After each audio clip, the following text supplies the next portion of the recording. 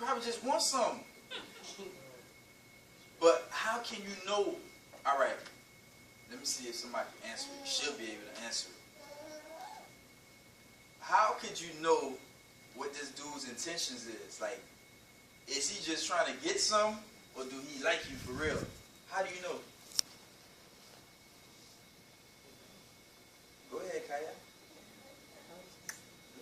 Raise your hand.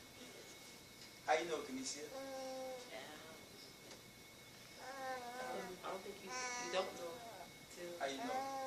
I don't know. I may be wrong, but I say that if he brings the flowers the first time, and I say no, I'm gonna keep looking if he keep bringing the flower. So if he keep bringing the flower, then he had a good intention. But if he stop, he wanted something. Or he could just want it real, real bad. Some people don't stop. Like Satan, he would never stop. That's true. I like what you said. Yeah, for a period of time. It's funny because for us it takes a while, you know, until you get that gift of super discernment before you could see somebody's intentions. Okay, who's never been with somebody who hasn't done good in the beginning? Beginning is always good with everybody, a good person and a bad person. But we always fail that test because we're not looking at the intentions. We're looking at what he's giving us or what he's doing. Man, he's so nice. Man, that's what I'm talking about. But you don't even know the intentions behind it because you're not trying to pay attention to that. You're not looking at, you know, not to say to judge someone by their past, but to, you know, the scriptures has past, present, future in it. And God is proven. You know, the same thing he did in the past, he's doing now, and he's going to do it later. The same way he acted back then, he did it, you know. We're not even paying attention. We're looking at the action so much, we're not even paying attention to what someone's saying. You know, and you try not to confuse the thing, but all of this stuff, if you're doing math and algebra, if you add all this stuff up, it affects your faith. It affects your belief. Everything that you've been through, people fooling you with their actions, stuff like that, it affects your faith in God. And you have to start understanding this, you know, so you can start looking at God and stop trusting God based on the trust that you have with man. I hope I said that right. You know, sometimes our faith in God is determined by the faith that we had in man. If man let you down so many times, for some reason we look at God like that. And that's why we lack the faith. You know, when we're just supposed to have faith in God, he created everything. That's the thing that always hit me. He made everything. He made you.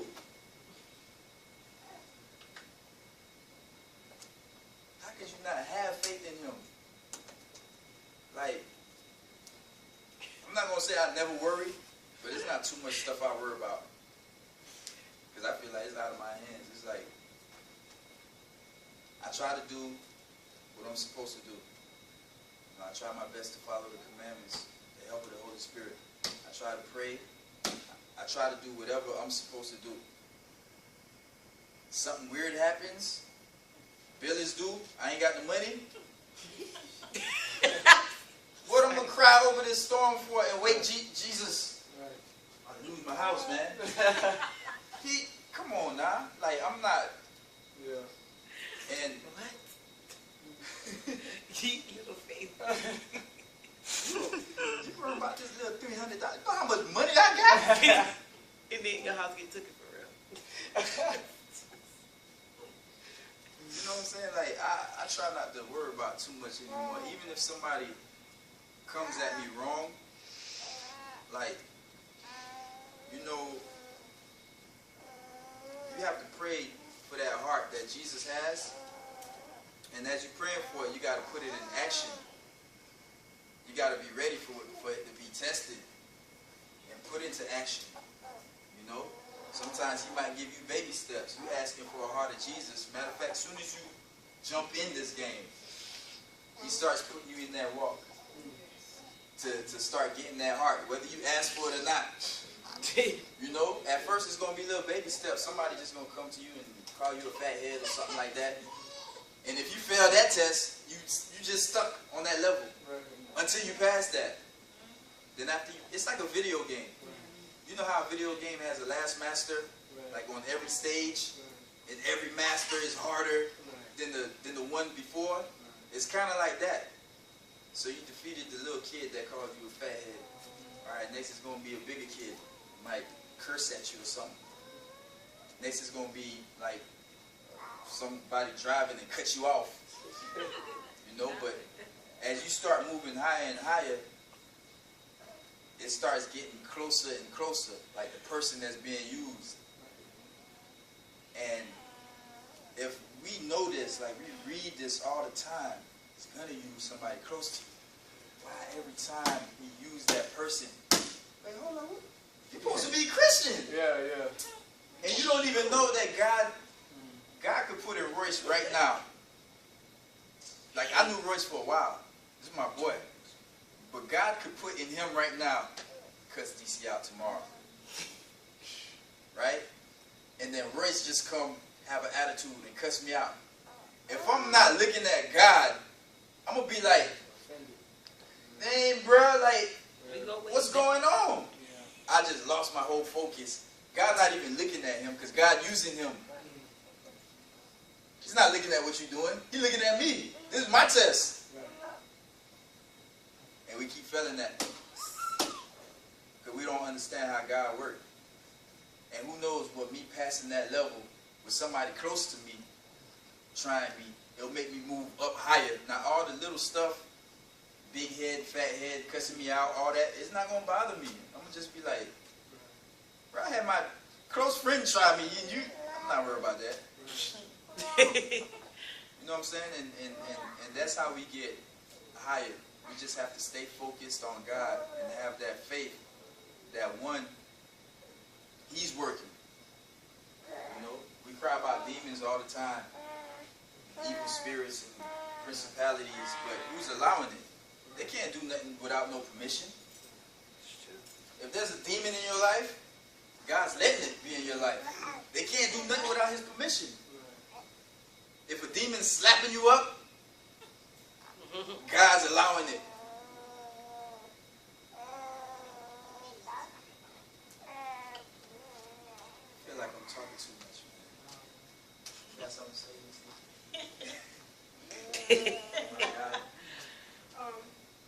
Like you were saying with faith, when Jesus had finished this fast and he started his ministry, he went and chose his disciples.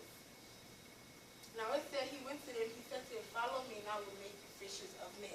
Back in the days, fishermen were a top job because they didn't have much selling fish in the market to make money. So they had a good job.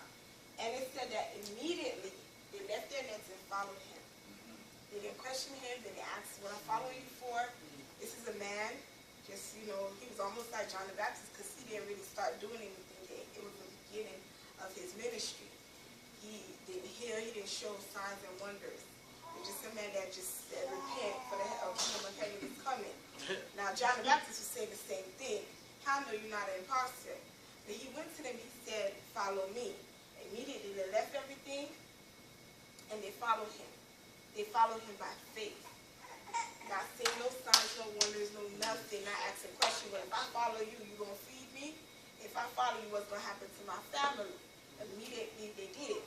But then it shows later on that there was a couple of other people that came to him and said, teacher, I will follow you wherever you go.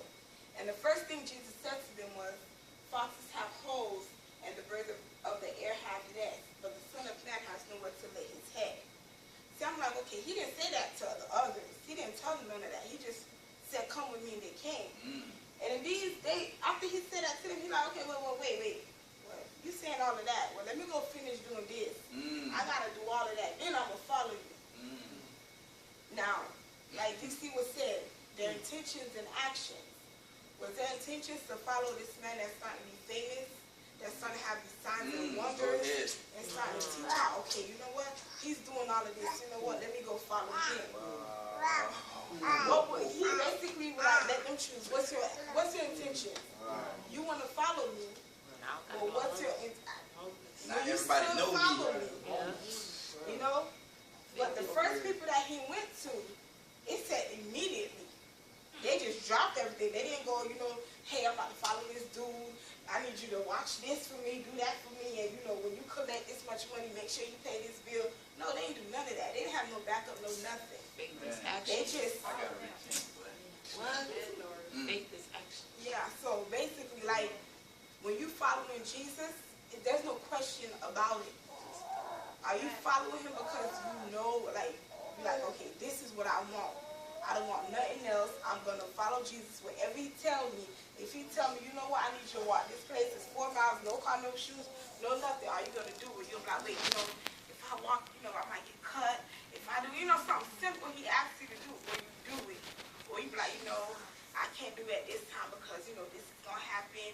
Or, you know, if he do tell you to do it, you doing it, but you're doing it so others can see you. I'm following Jesus and I'm making sure I'm doing, I'm not going to do this and I'm doing my 3 to 6 every day. He's making an announcement. I'm doing 3 to 6 every day and you know, oh Lord, you know, I'm doing this, I'm sacrificing this. What's your intention? You're doing this 3 to 6 every day and you're letting stuff go, but did he tell you to? You know, I'm going to follow Jesus. I'm following Jesus. This is what I want to do. But what are you going to get out of it? Are you going to get Jesus, or are you just going to get praise from that? Are you doing certain stuff for Jesus, or are you doing it to get the attention of man? So that comes with faith as well. Like, when you're walking by faith, you don't go with the approval of man. Because Jesus is trying to show you, okay, I'm going to make you do this, so you could turn this non-believer into a believer. So this is what you're going to do. Just do it. So that person will be like, wait, hold on. Look at how the disciples, they just left. Now imagine if all the disciples were like, okay, no, we question Jesus. Now, when we stopped immediately and start following Jesus, they did it. They were our example. So when God tells you to do something, he's not telling you to do it for yourself.